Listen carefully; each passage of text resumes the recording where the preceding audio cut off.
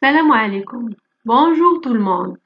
Je suis contente de vous voir dans une nouvelle vidéo. Aujourd'hui, je vais voir avec vous la conjugaison. اليوم غادي نشوفوا la conjugaison. اللي الهدف منها ماشي نصرفوا الأفعال. الهدف منين نكون كنهضر أولا كنكتب باللغة الفرنسية نستعمل الفعل في الزمن المناسب. اليوم غادي نشوفوا أولا les modes ديال les verbes وaprès غادي نشوفوا les temps de chaque mode. غادي نشوفوا في هاد لا فيديو إمتى نستعمل l'indicatif، إمتى نستعمل le subjonctif، إمتى نستعمل le conditionnel وإمتى نستعمل l'impératif. Normalement عندنا deux types de modes، les modes personnels et les modes impersonnels. Premièrement, les modes personnels. Les modes personnels, on peut conjuguer le verbe aux différentes personnes.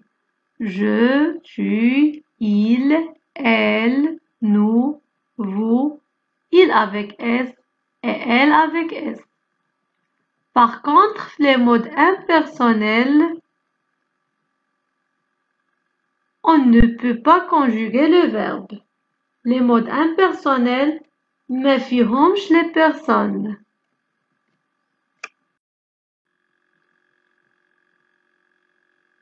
Alors, les modes personnels كنلقاو l'indicatif, le subjonctif, le conditionnel et l'impératif. أما بالنسبة les modes impersonnels, on trouve l'infinitif, le participe et le gérondif. On commence par l'indicatif. شنو هو l'indicatif وقتاش كنستعملوه؟ L'indicatif en tant que mode, c'est le mode du réel ديال الواقع ديال شي حاجة حقيقية. منين كنبغي نوصف شي حاجة قمت بها سواء في الماضي سواء في المستقبل سواء دابا. Par exemple, hier j'ai voyagé à Rabat. هاد l'action وقعت البارح استعملت l'indicatif. Par exemple, إلا بغيت نقول شي حاجة كنديرها دابا بحال maintenant je révise mes leçons. منين كنوصف شي action se réalise au moment de la parole كنستعمل le présent de l'indicatif. ومنين كنبغي نوصف شي action اللي غادا توقع في المستقبل j'utilise le futur de l'indicatif. Par exemple, demain, j'irai à l'école. On passe au subjonctif.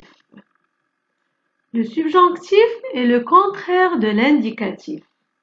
On a dit que l'indicatif est le mot du réel. Par contre, le subjonctif est le mode de l'irréel. Le subjonctif هو العكس ديال l'indicatif. L'indicatif هو واحد le mode ديال الواقع والحقيقة عكس le subjonctif qui est un mode de l'irréel. نبداو بلو دوت. ملي ما كنكونش متأكد من شي حاجة كنستعمل le subjonctif. Par exemple, je doute que mon ami réussisse. ما متأكداش بأن صاحبتي غادا تنجح. Donc, j'utilise le subjonctif du verbe réussir. دوزو دابا للسوي. كنستعمل le subjonctif ملي كنتمنى شي حاجة وما عارفاش واش داك الشي غادي يوقع ولا لا. Par exemple, je souhaite que tu viennes chez moi. دوزو دابا l'émotion. Par exemple, je suis ravie que vous soyez satisfait. هنا كنستعمل le subjonctif حيت كنعبر على واحد الإحساس ديالي. نقدر نستعمل je suis ravie, je suis contente, je suis surpris, je suis désolée. هاد les expressions عندهم علاقة بالمشاعر ديالي دونك كنستعمل le subjonctif. Le subjonctif كنستعملو أيضا pour exprimer un ordre. Par exemple, il faut que tu fasses tes devoirs. Alors, on passe au conditionnel.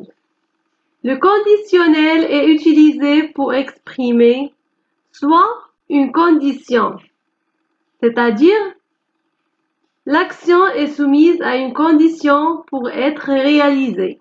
يعني باش توقع ليا واحد الحاجة خاص واحد الشرط يتحقق. Par exemple, si j'étais riche, j'achèterais une belle maison.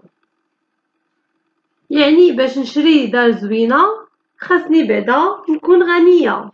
L'action d'acheter une belle maison ne peut pas se réaliser que lorsque cette condition, c'est-à-dire la condition d'être riche, soit remplie.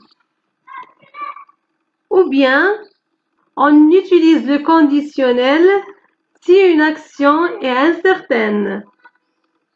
كنستعمل le conditionnel ni ما كنكونش متأكدة من شي حاجة. Par exemple, mon ami souffrait d'une maladie grave. On utilise le conditionnel pour former une demande polie. Par exemple, je voudrais un verre d'eau s'il vous plaît. ملي كنبغي نطلب شي حاجة poliment كنستعمل le conditionnel. J'utilise le conditionnel pour exprimer le regret.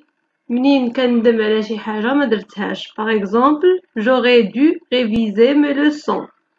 Et j'utilise le conditionnel aussi pour exprimer une proposition.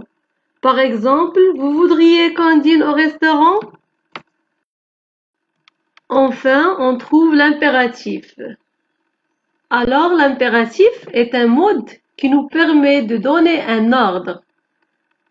L'impératif كنستعملو باش نعطي واحد الأمر ما كنستعملش le sujet في l'impératif. Par exemple, révisez vos leçons. Au revoir mes chers et à bientôt dans une nouvelle vidéo.